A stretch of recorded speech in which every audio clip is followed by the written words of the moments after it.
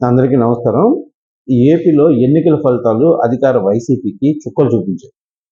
గత ఎన్నికల్లో 151 సీట్లు సాధించి సరికొత్త రికార్డుని సృష్టించిన ఆ పార్టీ ఈసారి ఆ ఘనతని సాధించలేకపోయింది. 5 ఏళ్ల పాటు పరిపాలించినప్పటికీ కూడా ఏపీ ప్రజలు ఆ పరిపాలన పట్ల విసుగు చెంది టీడీపీ కూటమికి అధికారాన్ని కట్టబెట్టారు. జగన్ పరిపాలనకు చరమగీతం పాడుతూ టీడీపీ ఆధ్వర్యంలోని కూటమికి ఘన విజయం అందించారు. ఉదయం కౌంటింగ్ ప్రక్రియ ప్రారంభమైన అప్పటి నుంచి కూడా మధ్యాహ్నం 1 గంట వరకు ఏ దశలో కూడా వైసీపీ అభ్యర్థులు కనీసం కూటమికి పోటీ ఇవ్వలేకపోయారు. వాస్తవానికి ఈ ఎన్నికల్లో పోరు హోరాహోరీగా ఉంటుందని అందరూ మొదట అంచనా వేశారు. కానీ ఓట్ల లెక్కింపులో ఆ దృశ్యం ఎక్కడా కూడా కనిపించలేదు. వారు వన్ సైడ్ అన్నట్టుగా కూటమి అభ్యర్థులు దుమ్ము లేపారు.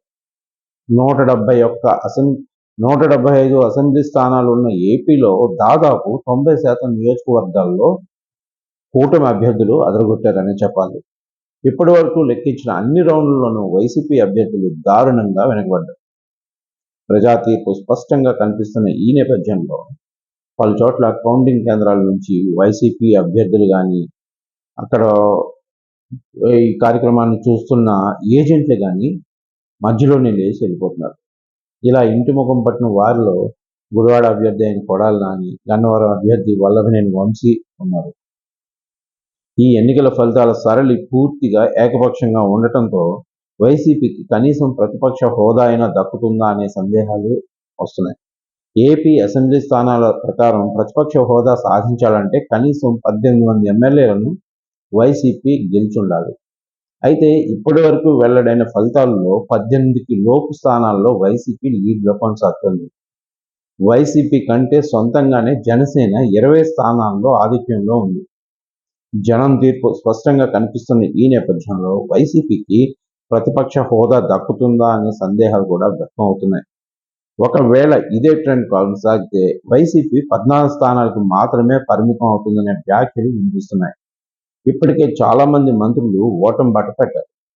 వారిలో ధర్మాన ప్రసాదరావు నుంచి మొదలు పెడితే సీదిరి అప్పలరాజు వరకు అందరూ ఓటమంచులో నిలిచారు.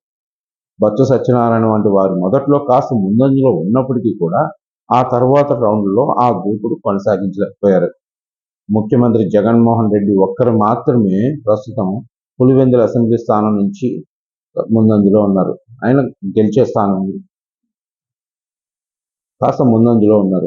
గత అసెంబ్లీ ఎన్నికల్లో వైసీపీ 151 స్థానాల్లో గెలుచుకోగా టీడీపీ 23 స్థానాలకు పరిమితమైంది.